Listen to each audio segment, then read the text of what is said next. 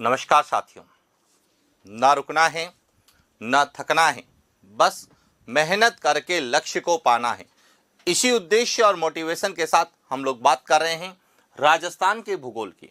और राजस्थान के भूगोल में हम अध्ययन कर रहे हैं राजस्थान के भू आकृति प्रदेश। और राजस्थान के भू आकृति प्रदेश में हम अध्ययन कर रहे हैं राजस्थान का जो सबसे प्राचीनतम भूखंड है या राजस्थान का सबसे प्राचीन भौतिक प्रदेश अरावली पर्वतीय प्रदेश। और अरावली पर्वतीय प्रदेश के अंतर्गत हम सबसे पहले अरावली की उत्पत्ति का अध्ययन करते हैं, उसके बाद अरावली के विस्तार का अध्ययन करते हैं। और जब हम अरावली के विस्तार का अध्ययन करते हैं तो अरावली का भारत में विस्तार और अरावली का राजस्थान में विस्तार किस प्रकार से है इसके बारे में अध्ययन करते हैं। और उसके बाद हम अरावली की विशेषताओं के बारे में बात करें। और जब हम अरावली की विशेषताओं की बात करते हैं तो राजस्थान में अधिकांश प्रश्न चाहे वह मिट्टी को लेके होते हैं, खनिज को लेके हैं, वनस्पति को लेके हैं, वन्य जीव को लेके हैं, जलवायु को लेके हैं, अधिकांश प्रश्न जो पूछे जाते हैं वह अरावली पर्वतीय प्रदेश से पूछे जाते हैं। क्योंकि अरावली पर्वतमाला की जो विशेषता न केवल राजस्थान में बल्कि विश्व और भारत में भी अपना विशेष स्थान रहती है। यानी कि अरावली की इंपॉर्टेंस केवल राजस्थान में ही नहीं, इसकी इंपॉर्टेंस भारत में भी है और विश्व में भी है। और इसीलिए हम अरावली की जो विशेषताएं हैं उनको इस प्रकार से अध्ययन करते हैं कि यदि विश्व के संदर्भ में पूछा जाए तब भी हम उसका प्रश्न सही उत्तर कर सकें, यदि हमें भारत के संदर्भ में पूछा जाए तब भी हम उसका सही उत्तर दे पाएं, और जब हमें राजस्थान के संदर्भ में पूछा जाए तब भी हम उसका सही उत्तर दे पाए। तो इसी कड़ी में आज हम बात करेंगे अरावली की विशेषताएं कि अरावली की क्या क्या विशेषताएं हैं।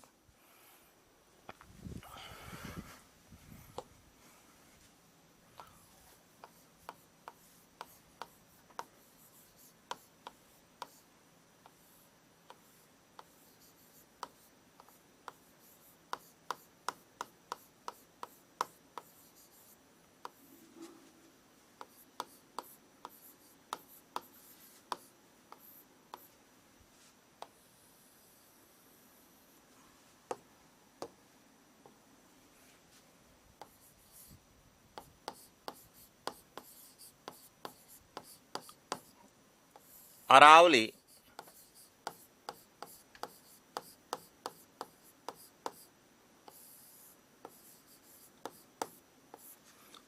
पर्वतमाला की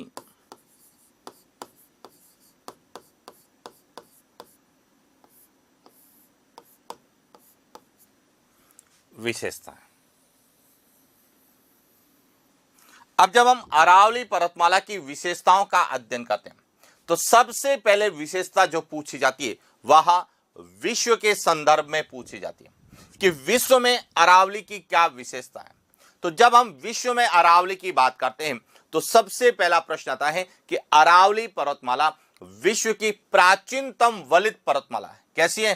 प्राचीनतम वलित पर्वतमाला है जिसका निर्माण पृथ्वी की भू समय सारणी के अनुसार प्रथम पर्वत निर्माणकारी हलचल, जिसे हम चर्नियन हलचल कहते हैं या प्री कैम्ब्रियन कालीन हलचल कहते हैं, उस हलचल के परिणाम स्वरूप हुआ है। यानी कि अरावली पर्वतमाला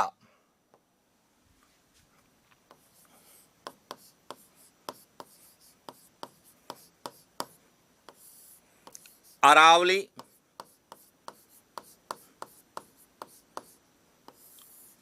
पर्वतमाला विश्व की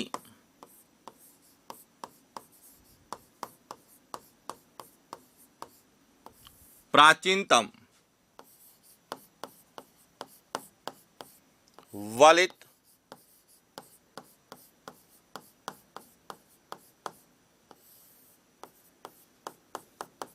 पर्वतमाला है। अब यह विश्व की प्राचीनतम वलित पर्वतमाला क्यों है तो इसका कारण भी पता होना चाहिए। इसका कारण है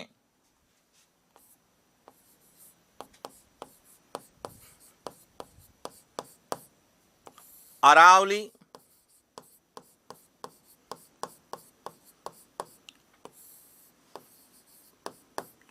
की उत्पत्ति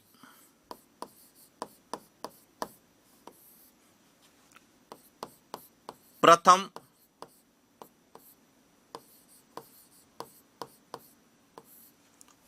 पर्वत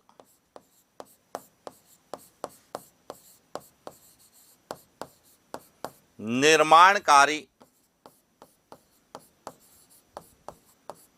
हलचल, जिसे चर्नियन हलचल या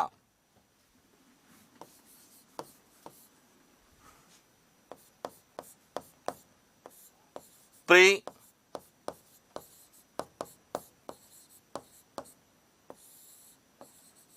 कैम्ब्रियन कालीन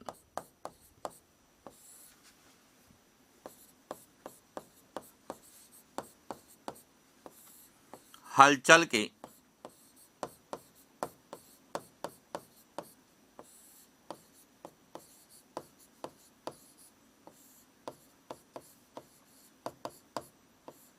परिणाम स्वरूप, और इसीलिए जो है अरावली पर्वतमाला को विश्व की प्राचीनतम वलित पर्वतमाला कहा जाता है। दूसरा पॉइंट, अरावली जो है वर्तमान में एक अवशिष्ट पर्वत का उदाहरण है। किसका उदाहरण है? अवशिष्ट पर्वत का।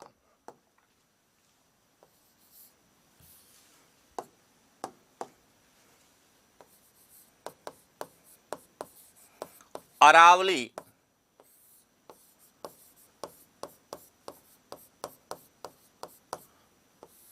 पर्वतमाला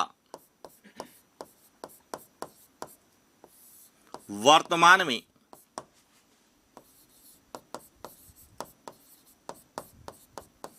अवशिष्ट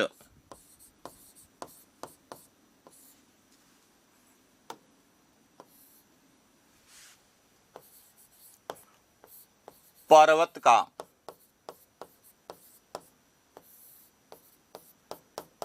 उदाहरण है। अब वर्तमान में जो अरावली है यह अवशिष्ट पर्वत का उदाहरण क्यों है? क्यों? क्योंकि जब अरावली की उत्पत्ति हुई उस समय इसकी औसत ऊंचाई 2800 मीटर थी। कितनी? 2800, 2800 मीटर थी। लेकिन धीरे धीरे बहिर्जात बल जैसे अपक्षरण है, अपरदन है, आनाछादन है, इसके कारण जो है यह विघटित होती गई और वर्तमान में इसकी औसत ऊंचाई 930 मीटर है। इसीलिए हम कहते हैं कि अरावली वर्तमान में एक अवशिष्ट पर्वत के रूप में दिखाई दे रही है। इसका कारण क्या है? इसका कारण है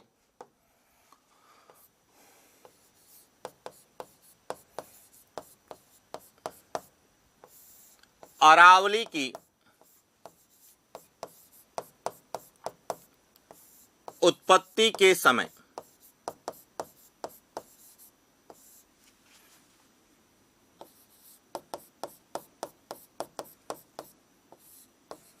औसत ऊंचाई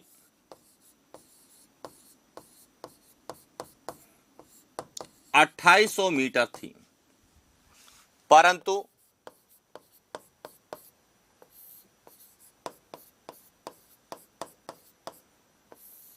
वर्तमान में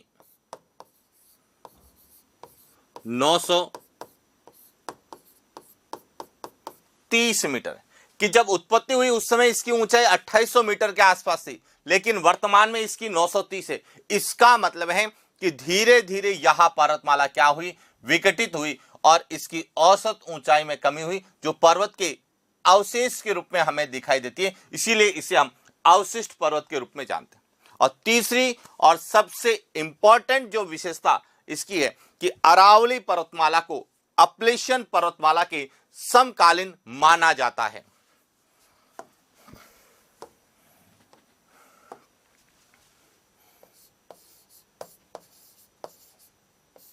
विश्व में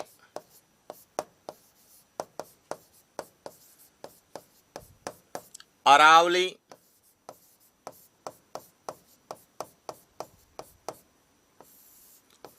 पर्वतमाला को यूएसए की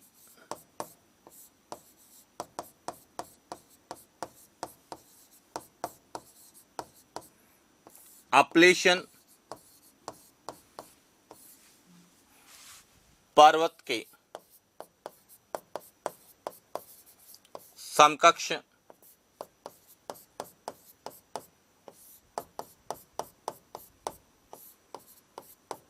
माना कि जिस प्रकार भारत में या राजस्थान में अरावली पर्वतमाला एक अवशिष्ट पर्वत का उदाहरण है, उसी प्रकार उत्तरी अमेरिका में जो यूएसए का पूर्वी तट है, पूर्वी तट के सहारे एक पर्वत श्रृंखला है जिसे हम अपलेशियन पर्वत कहते हैं। तो अपलेशियन पर्वत को जो है अरावली के समकक्ष या अरावली को अपलेशियन के समकक्ष माना जाता है। तो इस प्रकार हमें एक तो अरावली पर्वतमाला की जो विशेषताएं वह विश्व के संदर्भ में पूछी जाती है। इसके बाद आती है भारत में क्या विशेषता है। और जब हम भारत की बात करते हैं तो अब समझना यहां से कि यहां तो हमारे राजस्थान के संदर्भ में बात करते हैं, यहां पश्चिमी मरुस्थलीय प्रदेश, यहां अरावली पर्वतमाला, पूर्वी मैदानी प्रदेश और हाड़ौती का पठार। लेकिन जब हम भारत की बात करते हैं तो अब इसकी भारत में क्या विशेषताएं देखना।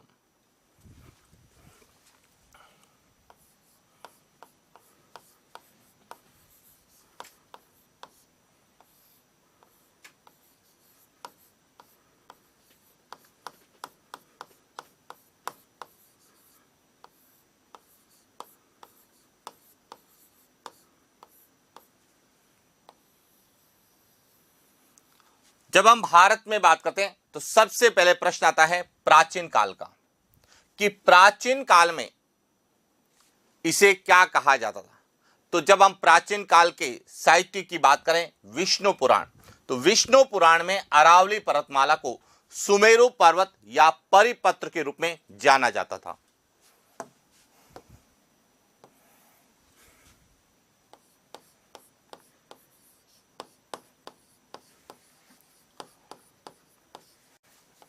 प्राचीन काल या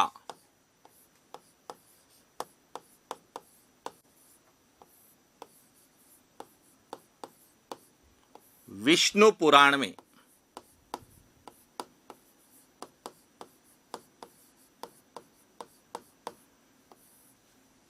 अरावली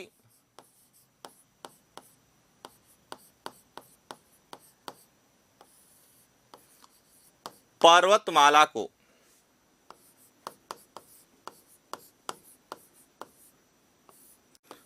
सुमेरु पर्वत या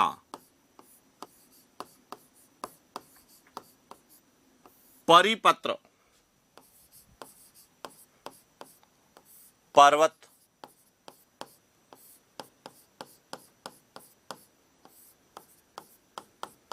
कहा जाता, कि प्राचीन काल में या फिर विष्णु पुराण में जो सुमेरु पर्वत या परिपत्र पर्वत का उल्लेख है वह किसके संदर्भ में है, अरावली के संदर्भ में। और इसीलिए इससे प्रश्न यही पूछा जाता है कि निम्नलिखित में से किसे परिपत्र पर्वत की संज्ञा दी गई है, तो अरावली पर्वतमाला को परिपत्र पर्वत की संज्ञा दी।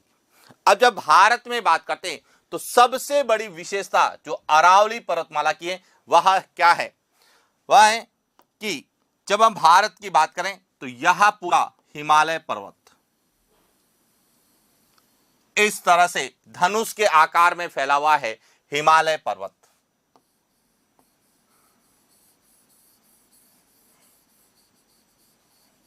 इस तरह से जो है हिमालय का विस्तार है, यह है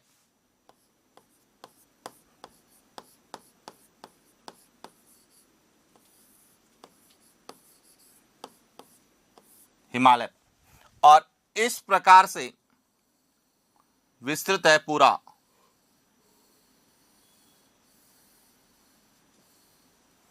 यहां है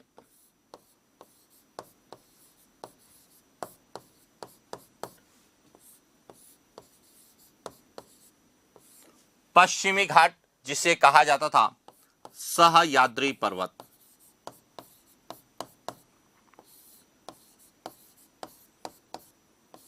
सह्याद्री पर्वत। अब हिमालय और पश्चिमी घाट के मध्य अनेक पर्वत श्रेणियां हैं। कौन कौन सी हैं, तो देखिए यहां पर बात करेंगे तो यह अरावली पर्वतमाला है, इस तरह से अरावली पर्वतमाला का विस्तार है। यहां पर जाएंगे तो सतपुड़ा श्रेणी आपको मिलेगी। इस प्रकार से यहां पर विंध्य श्रेणी है। इसी प्रकार यहां पर सतमाला श्रेणी है। तो अनेकों जो है यहां पर पहाड़ियां मिलेगी। लेकिन जब हम बात करें तो हिमालय विश्व की सबसे ऊंची पर्वत श्रेणी है और भारत में बात करते हैं तो हिमालय के बाद दूसरी सबसे ऊंची कौन सी है? पश्चिमी घाट।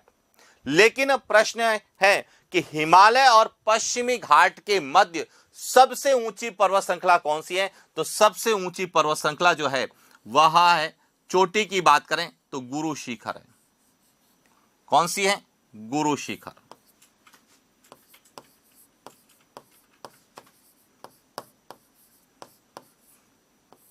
और गुरु शिखर किसका भाग है?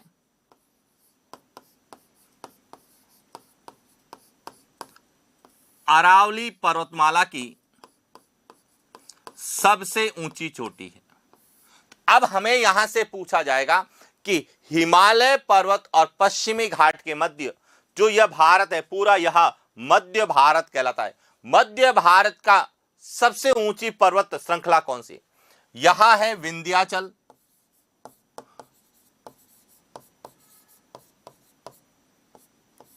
यहां है सतपुड़ा और यहां है सतमाला। लेकिन हिमालय और पश्चिमी घाट के मध्य जो सबसे ऊंची पर्वत चोटी है वह कौन सी है? गुरु शिखर है। और इसीलिए सबसे ऊंची पर्वत श्रृंखला कौन सी होगी? अरावली। तो सबसे पहली विशेषता तो यही पूछी जाती है कि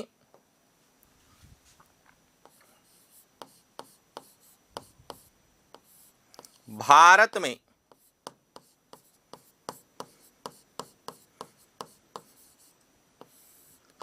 हिमालय पर्वत तथा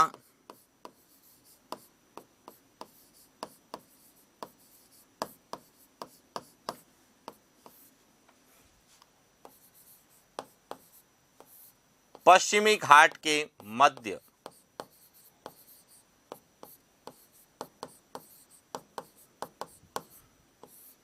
सबसे ऊंची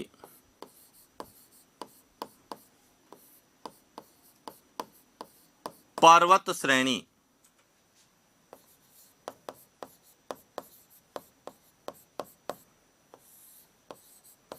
अरावली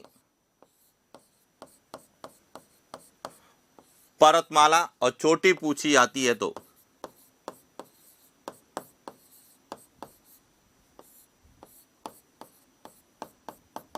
गुरु शिखर। यदि आपसे पूछा जाए कि हिमालय और पश्चिमी घाट के मध्य यानी कि मध्य भारत में सबसे ऊंची पर्वत श्रृंखला कौन सी है तो वह है अरावली पर्वतमाला। और सबसे ऊंची चोटी कौन सी है तो वह है गुरु शिखर। और गुरु शिखर ऊंची चोटी है जिसे कर्नल जेम्स टॉड ने हिंदू ओलंपस या संतों के शिखर की संज्ञा दी है।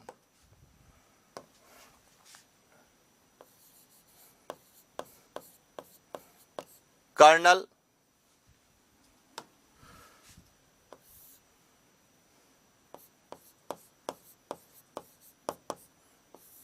जेम्स टॉड ने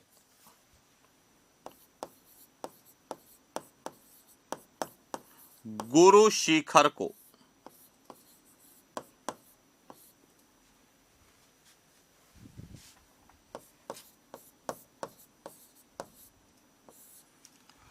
हिंदू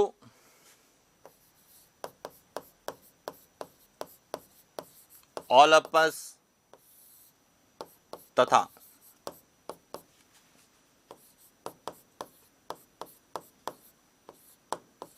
संतों के शिखर की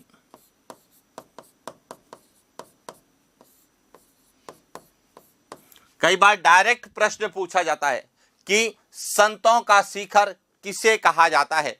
तो गुरु शिखर को कहा जाता है, या फिर कई बार यह पूछा जाता है कि गुरु शिखर को संतों का शिखर किसने कहा? कर्नल जेम्स टॉड ने कहा। इसके बाद एक और जो सबसे इंपॉर्टेंट विशेषता है वह है कि जब हम अरावली का अध्ययन करते हैं, अरावली को पढ़ते हैं, तो अरावली को एक और यहां पर पूरा मैदान है जिसे हम पंजाब का मैदान कहते हैं। क्या कहते हैं? पंजाब। और एक और पूरा जो है वह गंगा का मैदान है। तो अरावली पर्वतमाला जो है पंजाब के मैदान और गंगा के मैदान को अलग करती है, साथ ही यह सिंधु नदी तंत्र और गंगा नदी तंत्र को भी अलग करती है। इसीलिए अरावली पर्वतमाला को महान भारतीय जल विभाजक रेखा भी कहा जाता है।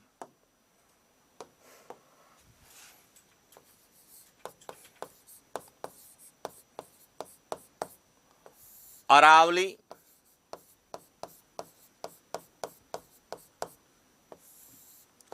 पर्वतमाला को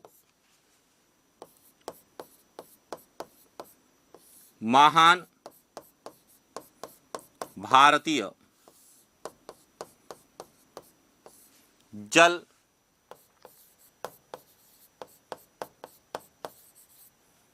विभाजक रेखा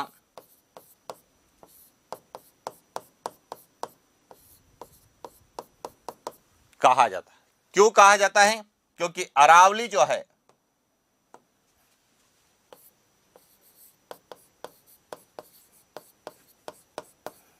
अरावली पर्वतमाला गंगा नदी तंत्र तथा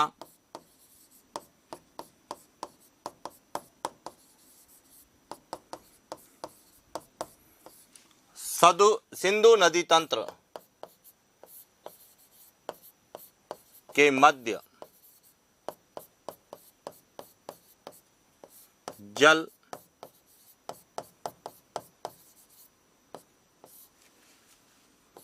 विभाजक का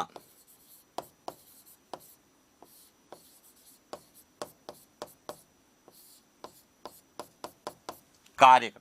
तो इस प्रकार से हमें भारत में अरावली की क्या विशेषताएं वह एग्जाम में पूछी जाती। इसके बाद आता है राजस्थान के संदर्भ में, और जब हम राजस्थान की बात करें तो अरावली की विशेषताओं को अलग अलग पॉइंट ऑफ व्यू से पूछा जाता है। सबसे पहले तो पूछा जाता है अरावली के स्थानीय नाम को, कि अरावली जो पर्वतमाला है उसको स्थानीय भाषा में क्या कहते हैं। तो सामान्यतः हम पढ़ते हैं कि अरावली का जो राजस्थान में सबसे ज्यादा विस्तार है वह उदयपुर जिले में है, और इसीलिए अरावली स्थानीय भाषा में आडा वाटा के नाम से जानी जाती है। जबकि अरावली की जो पहाड़ियां बूंदी में हैं उन्हें है जो है आडा वाला पर्वत कहा जाता है। तो सबसे पहले तो हमें अरावली के स्थानीय नाम को प्रश्न पूछा जाता है। उसके बाद अरावली की जो विशेषताएं पूछी जाती है, सबसे पहले तो विशेषता वहां कौन सी चट्टानें पाई जाती है, उसके बाद वहां पे कौन सी मिट्टी पाई जाती है, वहां पे कौन सी फसल का उत्पादन होता है, वहां पे कौन से सिंचाई के संसाधन है।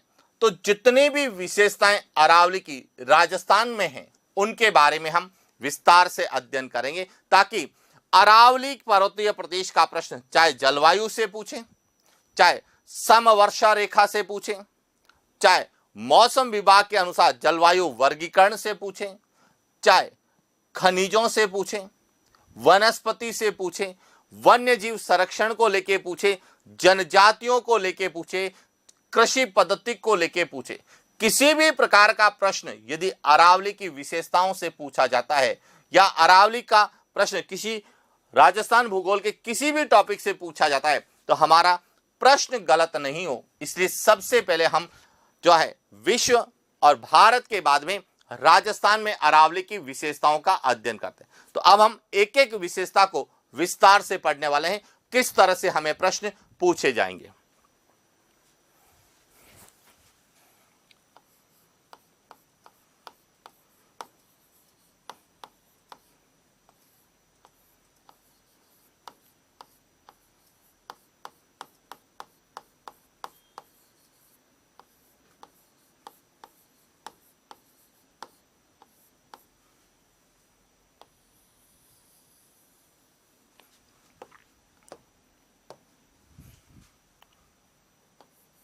सबसे पहली विशेषता है कि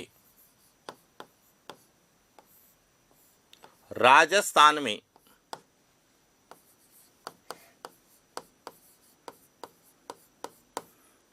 अरावली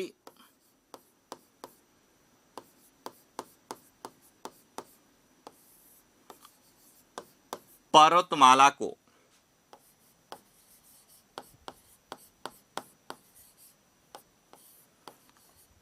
स्थानीय भाषा में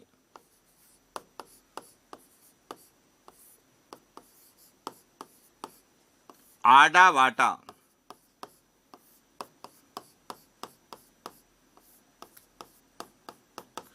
कई बार आता है कि आडा वाटा किसे कहा जाता है, तो अरावली को ही कहा जाता है। अरावली को राजस्थान में स्थानीय भाषा में क्या कहते हैं, आडा वाटा कहते हैं। लेकिन कई बार प्रश्न आता है कि आडा वाला पर्वत स्थित है, तो अरावली का भाग जो बूंदी में है, यानी कि बूंदी में अरावली को आडा वाला पर्वत कहा जाता है।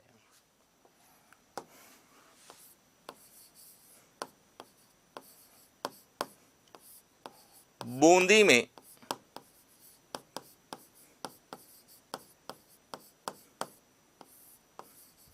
अरावली को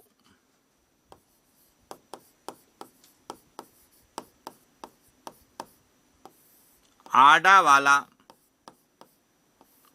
पर्वत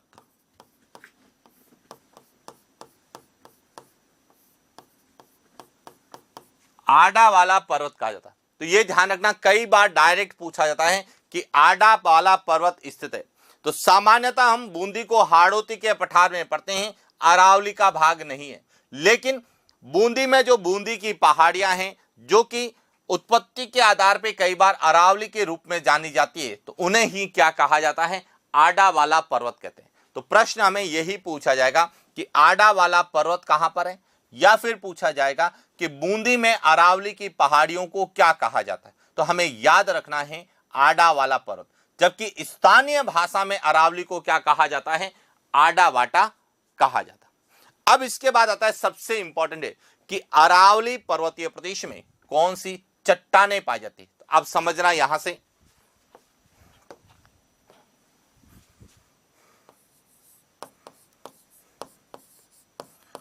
अरावली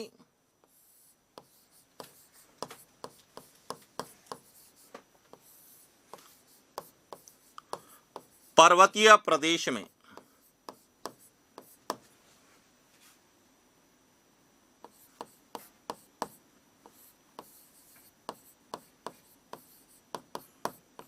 प्री कैम्ब्रियन कालीन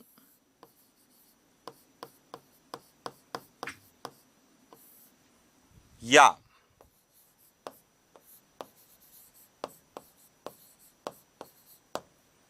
धारवाड़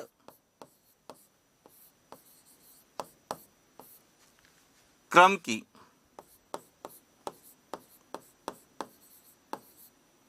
ग्रेनाइट तथा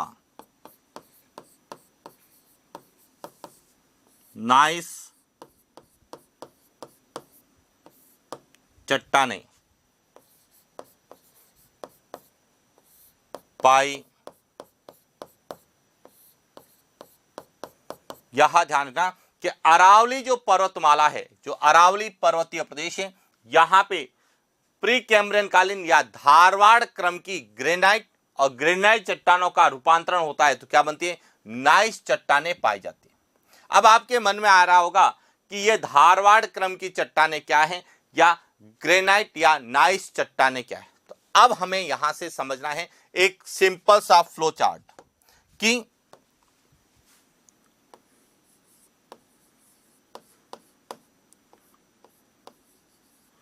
पृथ्वी की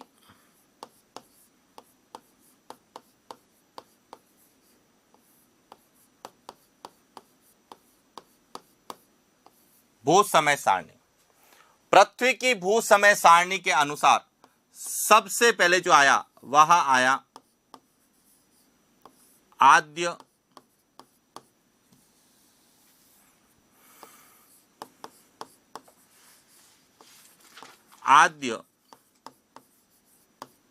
महाकल्प, जिसे कहा गया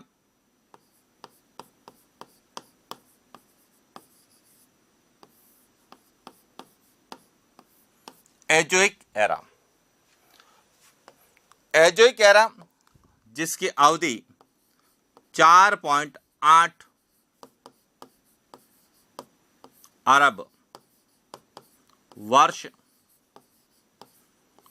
पूर्व से 57.5 करोड़ वर्ष। यहां कि पृथ्वी की भू समय सारणी के अनुसार सबसे पहले क्या आया? आद्य महाकल्प। अब इस आद्य महाकल्प को दो भागों में विभाजित किया गया। एक कहलाया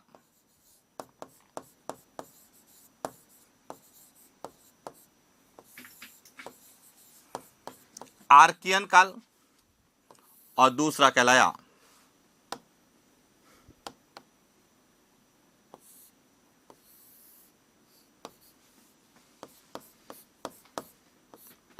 प्री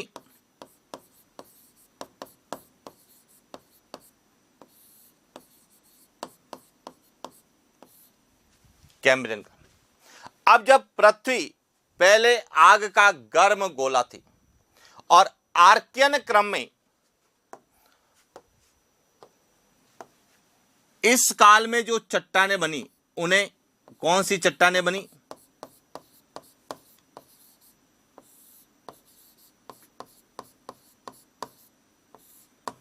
आग्नेय चट्टानें बनी, जिन्हें आर्कियन क्रम की चट्टानें कहते हैं।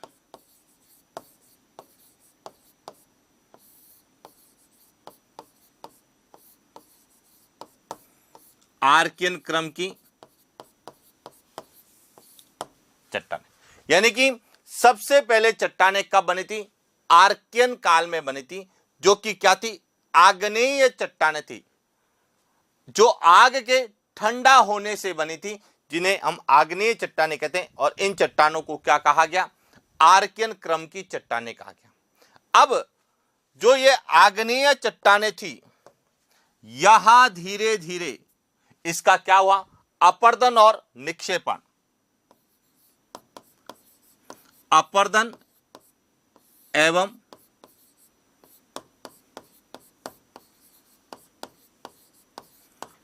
और यह कब हुआ? प्री कैम्ब्रियन काल में इन आग्नेय चट्टानों का अपर्दन और निक्षेपण हुआ। और आग्नेय चट्टानों के अपर्दन और निक्षेपण से जो चट्टानें बनी, उन्हें प्री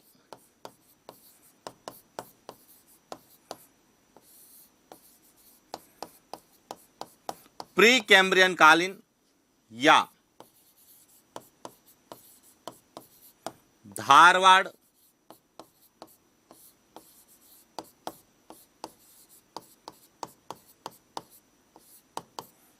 क्रम की चट्टानें कहा गया। तो इसका मतलब ध्यान रखना कि चट्टानें सबसे पहले किस काल में बनी थी? सबसे पहले आर्कियन काल में बनी थी। और प्री कैम्ब्रियन काल में इन आग्नेय चट्टानों का क्या हुआ? अपर्दन और निक्षेपण हुआ। और अपर्दन और निक्षेपण से जो चट्टानें बनी, उन्हें प्री कैम्ब्रियन कालीन चट्टानें कहते हैं। और इन्हीं चट्टानों को क्या कहा गया? धारवाड़ क्रम की चट्टानें। और धारवाड़ क्रम जो है, यहां नाम दिया गया कर्नाटक के धारवाड़ क्षेत्र के आधार पर। किसके आधार पर कहलाई?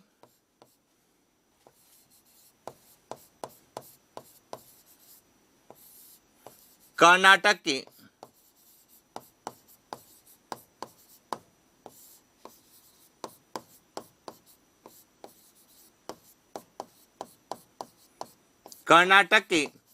धारवाड़ क्षेत्र के नाम पर यही चट्टानें क्या कहलाई? धारवाड़ क्रम की चट्टानें कहलाई। इसी प्रकार आंध्रा के कुडप्पा क्षेत्र के नाम पर कुडप्पा क्रम की चट्टानें कहलाती। तो यह ध्यान रखना, जब भी राजस्थान के संदर्भ में, अरावली के संदर्भ में, क्यों? क्योंकि जब हम पृथ्वी की भू समय सारणी का अध्ययन करते हैं तो आद्य महाकल्प के प्री कैम्ब्रियन काल में किसका निर्माण हुआ था? अरावली का। और इसीलिए अरावली का निर्माण हुआ तो अरावली में कौन सी चट्टानें मिलेगी? प्री कैम्ब्रियन कालीन चट्टानें मिलेगी, और जिन्हें हम धारवाड़ क्रम की चट्टानें भी कहते हैं। क्यों कहते हैं? क्योंकि जो है इसका नामकरण, इन चट्टानों का नामकरण कर्नाटक के धारवाड़ क्षेत्र के नाम पे किया गया है, इसीलिए हम इन्हें धारवाड़ क्रम की चट्टानें। अब हमारा प्रश्न सीधा यहां से पूछा जाता है कि राजस्थान में धारवाड़ क्रम की चट्टानें कहां पाई जाती है? और धारवाड़ क्रम की जो चट्टानें वहां मुख्य रूप से क्या है? ग्रेनाइट और नाइस। ग्रेनाइट और नाइस क्या है? ग्रेनाइट जो है आग्नेय चट्टान है, और इसके रूपांतरण से जो चट्टान बनती है उसे हम नाइस चट्टान कहते हैं। तो इसीलिए हम कहते हैं कि अरावली पर्वतीय प्रदेश में धारवाड़ क्रम की ग्रेनाइट और नाइस चट्टानें पाई जाती हैं। अब सिंपल सी बात है कि जब यहां पर धारवाड़ क्रम की ग्रेनाइट और नाइस चट्टानें पाई जाती है तो यहां पे कौन से खनिज पाए जाते हैं? यह सबसे इंपॉर्टेंट है।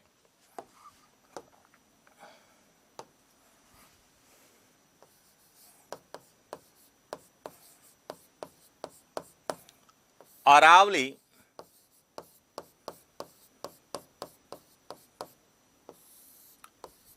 पर्वतमाला में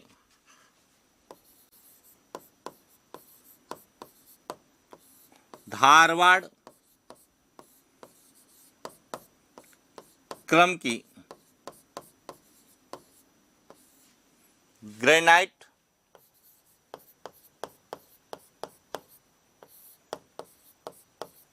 चट्टानों में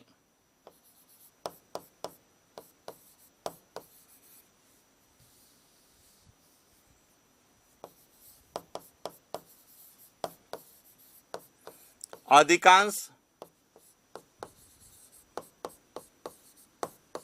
धात्विक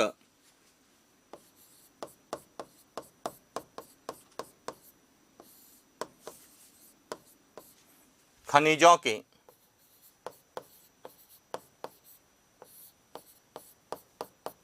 भंडार है।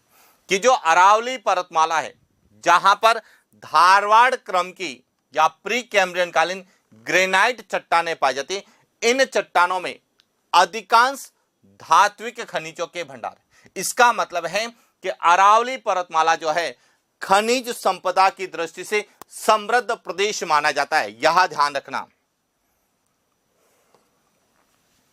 नोट,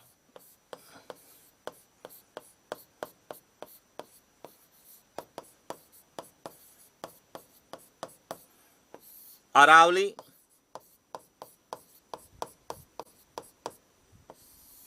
पर्वतमाला धात्विक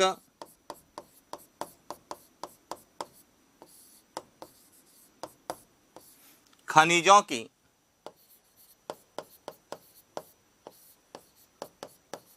दृष्टि से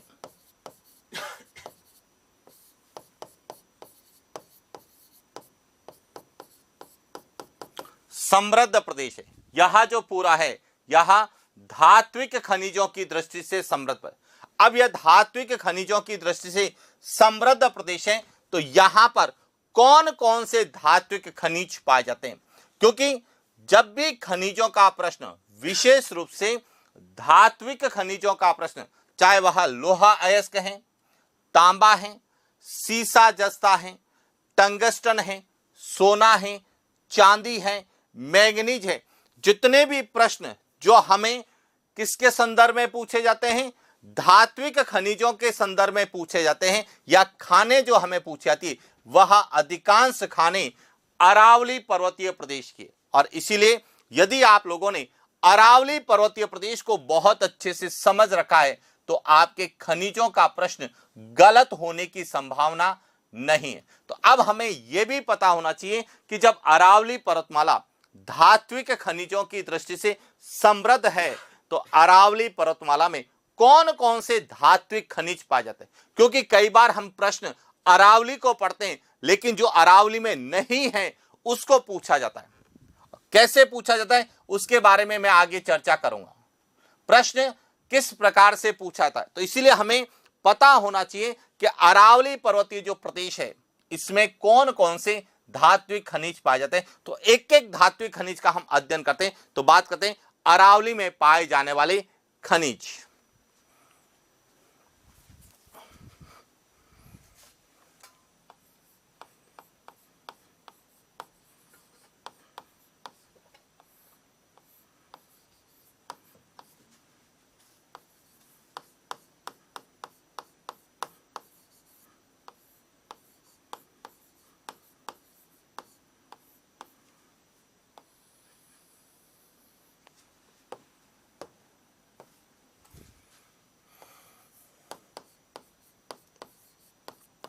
अरावली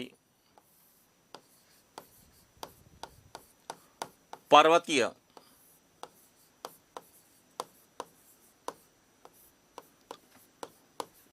प्रदेश में पाए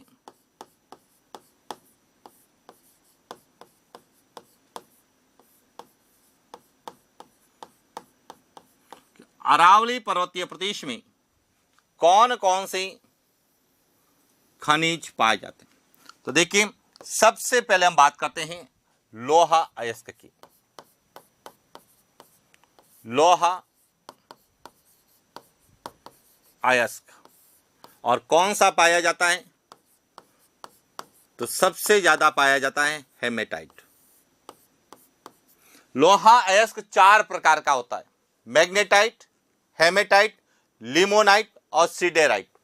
जब हम राजस्थान के संदर्भ में बात करते हैं तो राजस्थान में हेमेटाइट और मैग्नेटाइट प्रकार का लोहा अयस्क पाया जाता है, लेकिन राजस्थान में सबसे ज्यादा जो भंडार है वह किसके हैं, हेमेटाइट अयस्क के हैं।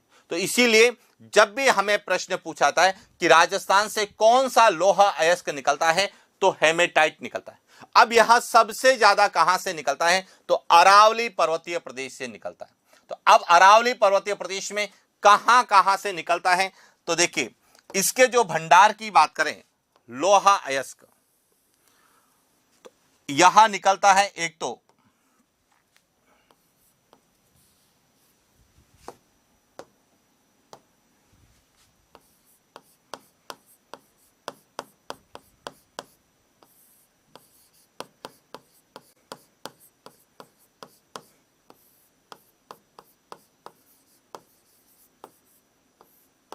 मोरिजा बानोला जयपुर से, दूसरा है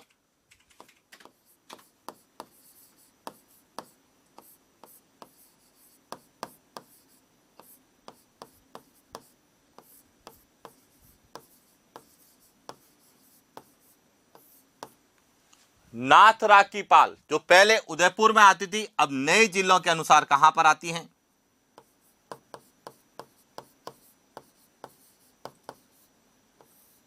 सलुंबर में। इसके अलावा है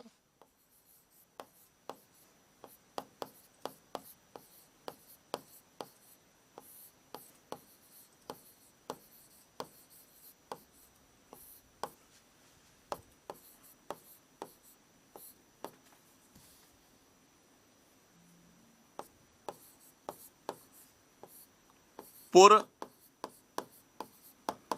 मनेड़ा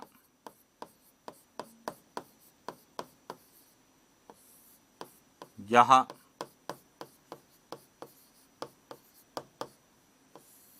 और जब हम अरावली का विस्तार पढ़ते हैं तो अरावली के विस्तार के अंतर्गत देखिए, जयपुर उत्तरी अरावली के अंतर्गत आता है, सलुंबर और उदयपुर दक्षिण अरावली का भाग है और भीलवाड़ा भी अरावली के अंतर्गत आता है। तो इसीलिए देखिए, जितनी भी खाने हैं लोहा अयस्क की, वह अधिकांश खाने कहां मिलेगी, अरावली में। केवल एक ही खान जो कि नीमला रायसेला दोसा में, सामान्यतः वह अरावली का जो है, अरावली की ग्रेनाइट चट्टानें, नहीं वहां पर भी प्री कैम्ब्रियन कालीन ग्रेनाइट चट्टानें पाई जाती है, लेकिन दोसा को हम पूर्वी मैदानी प्रदेश में पढ़ते हैं, इसीलिए हम इसमें लिखते नहीं है। क्लियर। इसके बाद दूसरा आता है मैग्नीज,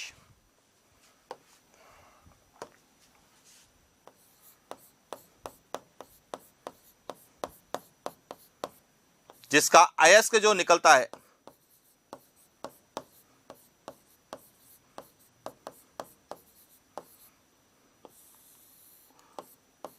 पायरोलोसाइट। राजस्थान से निकलने वाला मैग्नीज का अयस्क कौन सा है, पायरोलोसाइट। और जब हम इसकी खानों की बात करते हैं तो इसकी जो खाने हैं वह है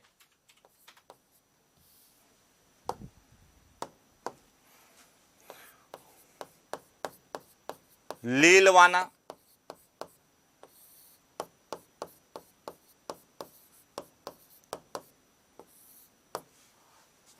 तलवाड़ा,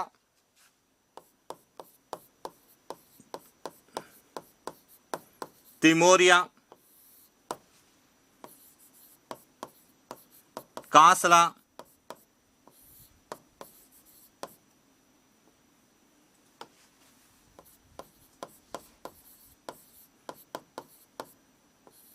यह सब कहां पर है? बांसवाड़ा में। इसके अलावा स्वरूपपुरा,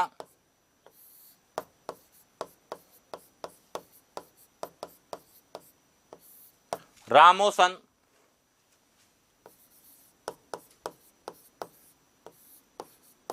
छोटी सार, बड़ी सार, यहां कहां पर है? उदयपुर। नगेड़िया, यहां रासन। तो देखिए जितने भी जिले या खान लिख रहे हैं वह अरावली के जो जिले हैं उसके अंतर्गत आते हैं। हालांकि बांसवाड़ा में जो माही बेसिन है उसको हम पूर्वी मैदानी प्रदेश में करते हैं, लेकिन बांसवाड़ा में जो अरावली की पहाड़ियां पाई जाती है जिसे हम स्थानीय भाषा में मेवल के रूप में जानते हैं, और यहां मेवल वाले क्षेत्र में आता है। इसके अलावा है तांबा,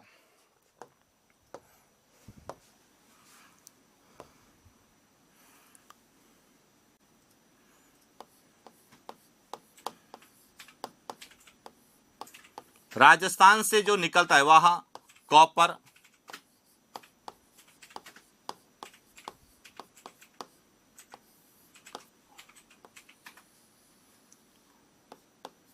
पायराटिज।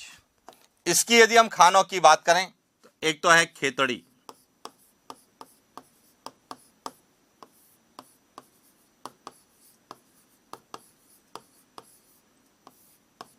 झुंझुनू में,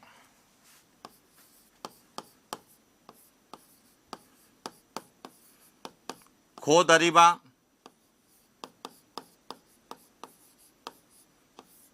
अलवर में,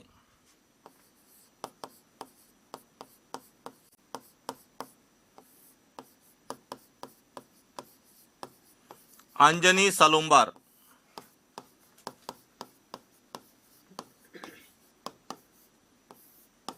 सलुम्बर। जो बड़ी बड़ी खाने जो एग्जाम में विशेष रूप से पूछी जाती है वह सभी आपको कहां मिलेगी?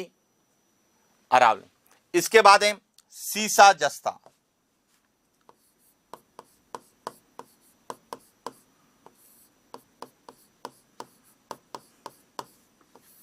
जिसका अयस्क है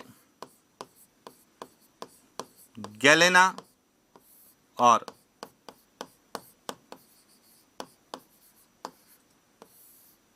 जिंकाइट। सीसे का तो गैलेना और जस्ते का है जिंकाइट। अब यहां कहां से निकलते हैं तो इनकी जब हम खानों की बात करते हैं तो एक तो है जावर, उदयपुर में,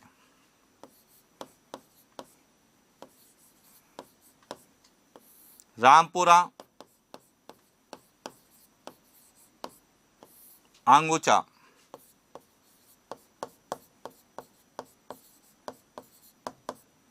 भीलवाड़ा में, राजपुर, दरीबा,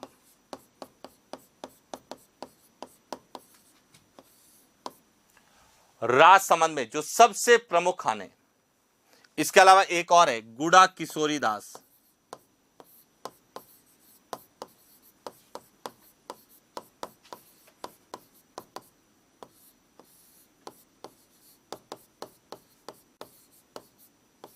अलवर। और अधिकांश जिले आपको सब अरावली के मिलेंगे। इसके बाद हम बात करते हैं चांदी की।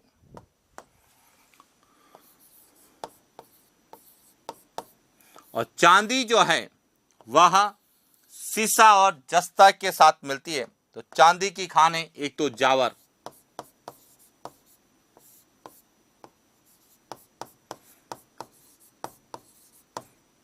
मोचिया, मगरा उदयपुर में, और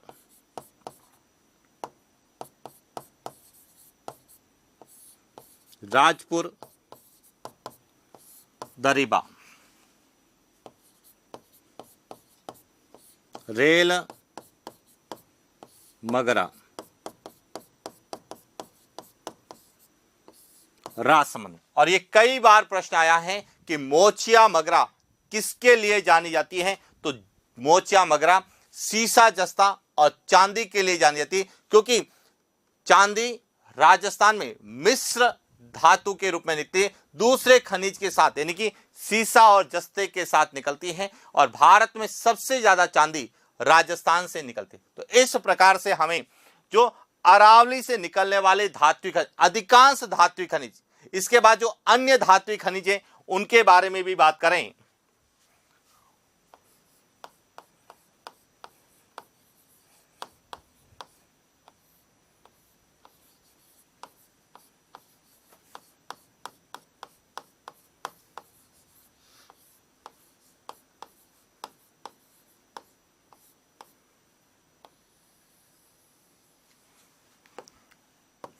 इसके बाद है सोना या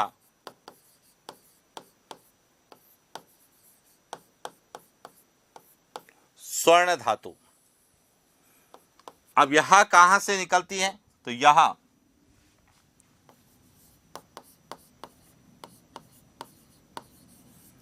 आनंदपुर, भूकिया,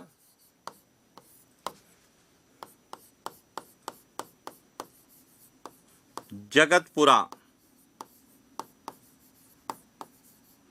भूकिया,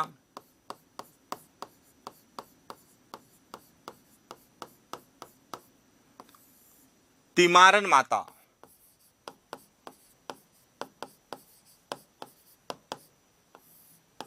बांसवाड़ा से। इसके अलावा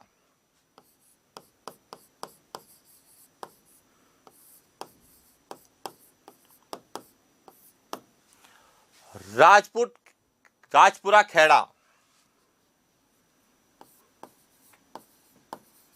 उदयपुर से, और पादरा की पाल,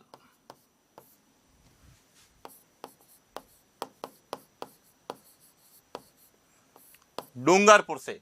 और अभी हाल ही में आप लोगों ने देखा होगा कि राजस्थान सरकार के द्वारा जगतपुरा भूकिया की जो खान है सोने की, उसकी नीलामी की गई। इसके अलावा यह कोटड़ा देवतलाई,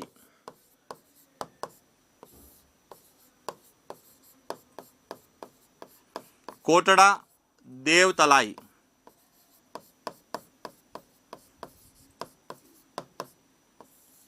भीलवाड़ा से निकलती है, और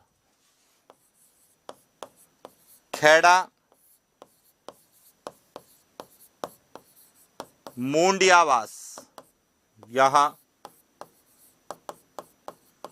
अलवर। तो देखिए सोने के भी जो भंडार है वह अरावली का जो पर्वतीय क्षेत्र है वहां पर मिलेंगे। इसके बाद बात करें यदि हम टंगस्टन की,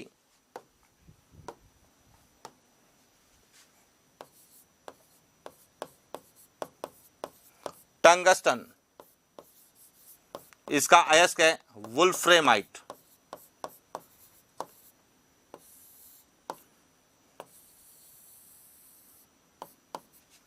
इसकी खान है एक तो है वालदा,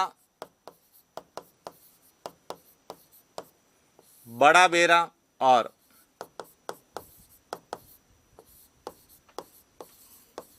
आबू रेवदर। कहां पर है, हालांकि जब हम टंगस्टन का अध्ययन करते हैं तो हम पढ़ते हैं कि टंगस्टन जो है वह कहां से निकलता है, नागौर से, डेगाना भाकरी जो कि सबसे ज्यादा, और रेवत की पहाड़ी। लेकिन जब हम अरावली की बात करें तो अरावली में सबसे ज्यादा निकलता है वालदा बड़ा बेरा और आबू रेवदर, जो कि कहां पर है, सिरोही के अंतर्गत। जो डेगाना भाकरी है वहां पर उत्खनन उत्पादन बंद कर दिया गया है। अब सबसे ज्यादा उत्पादन कहां से होता है, वालदा बड़ा बेरा। तो पिछले कई पेपर में वालदा बड़ा बेरा को लेके प्रश्न एग्जाम में पूछे गए। इसके बाद आता है यूरेनियम।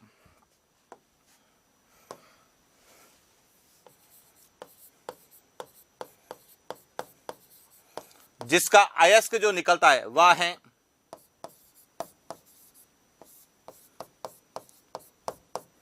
Pitch blade.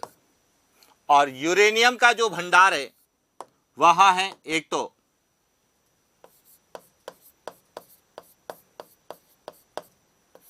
रोहिला,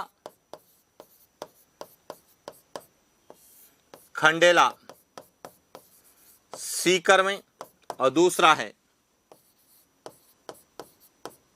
उमरा, उदयपुर में। तो इस प्रकार से हमें यूरेनियम की जो खान पूछी जाती है, जिसमें रोहिला खंडेला बहुत बार एग्जाम में पूछा गया है कि रोहिला क्षेत्र या रोहिला खंडेला किसके लिए जाना। तो ये जो सभी चीजें यहां सभी अरावली से निकलती है और यह सभी क्या है, धात्विक खनिज। इसके अलावा देखें तो अरावली से और कौन कौन से खनिज निकलते हैं, तो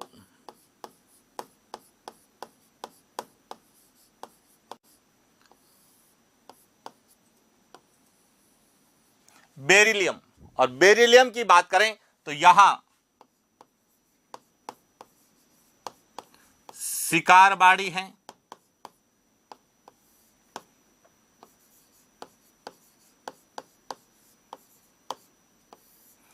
चंपागुड़ा है, सिले की गवाड़,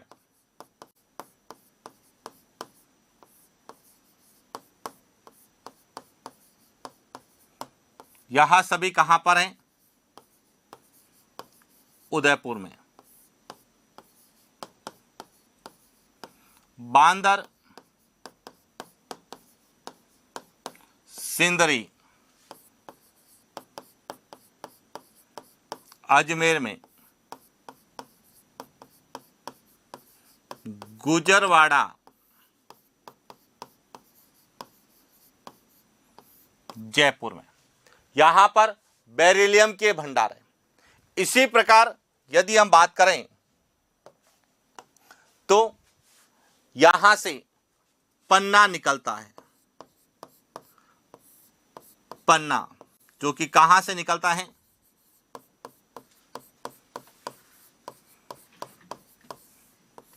काला गुमान, राजसमंद से, राजगढ़,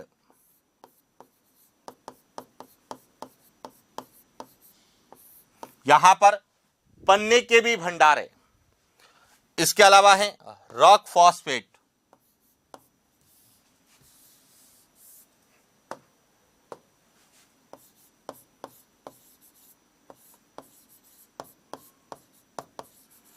रॉक फॉस्फेट,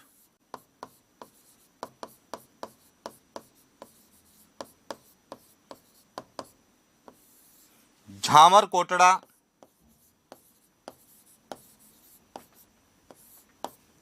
उदयपुर से निकलता है रॉक फॉस्फेट। इसके अलावा है अब्रक,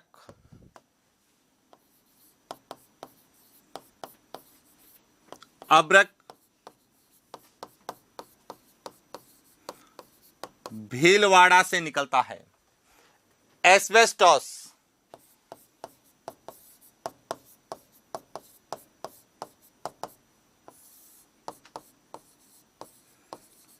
उदयपुर से निकलता है।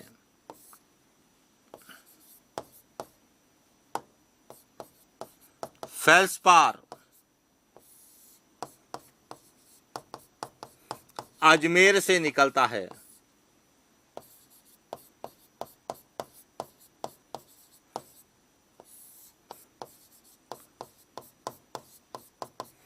फ्लोरस्पार,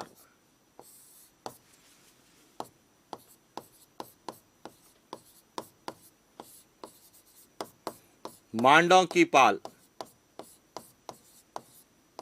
डूंगरपुर से निकल। तो इस प्रकार देखा जाए तो जितने भी राजस्थान के खनिज हैं उसमें से अधिकांश खनिज, जिसमें भी धात्विक खनिज सबसे ज्यादा कहां से निकलते हैं? अरावली पर्वतीय प्रदेश से निकलते हैं। और इसीलिए जब भी हमें खनिजों के प्रश्न पूछे जाएं, यदि आपने अरावली को अच्छे से समझ रखा है कि अरावली से कौन कौन से खनिज, लोहा अयस्क उसका कौन सा अयस्क निकलता है, मैग्नीज उसका कौन सा अयस्क निकलता है, तांबा उसका कौन सा अयस्क निकलता है, सीसा उसका कौन सा अयस्क निकलता है, या फिर टंगस्टन उसका कौन सा अयस्क निकलता है।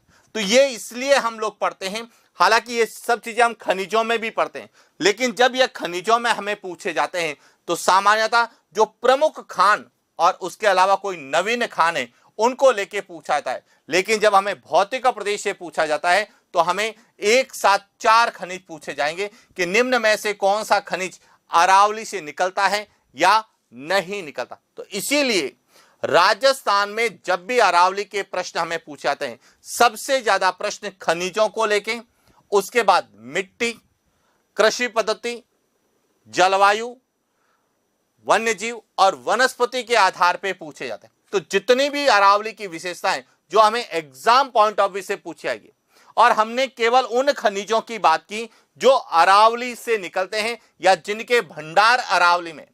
जब हम टंगस्टन की बात करते हैं तो टंगस्टन जो है डेगाना नागौर से भी निकलता है। सीसा जस्ता की बात करें तो चौथ का बरवाड़ा सवाई माधोपुर से भी निकलता है। तो हमने सभी खाने नहीं पढ़ी है, हमने केवल उन्हीं खानों की बात की है जो अरावली में पाई जाती है या अरावली में स्थित है, जहां से खनिजों का उत्पादन किया जाता है, जो अरावली पर्वतीय प्रदेश के उन खनिजों के बारे में चर्चा की। तो इस तरह से हमें विशेषताएं पहले विश्व के संदर्भ में, फिर भारत के संदर्भ में, और इसके बाद हमें राजस्थान के संदर्भ में जो भी विशेषताएं विशेष रूप से चट्टान और खनिजों को लेकर पूछी जा सकती है उसके बारे में चर्चा की। इसके बाद यहाँ पे मिट्टी कौन सी पाई जाती है, जलवायु, वनस्पति, वन्यजीव, कृषि, पशु संपदा और भी जो विशेषताएं उनके बारे में विस्तार से चर्चा करेंगे नेक्स्ट क्लास। तो आज के लिए इतना ही, मिलते हैं नेक्स्ट क्लास। Thank you.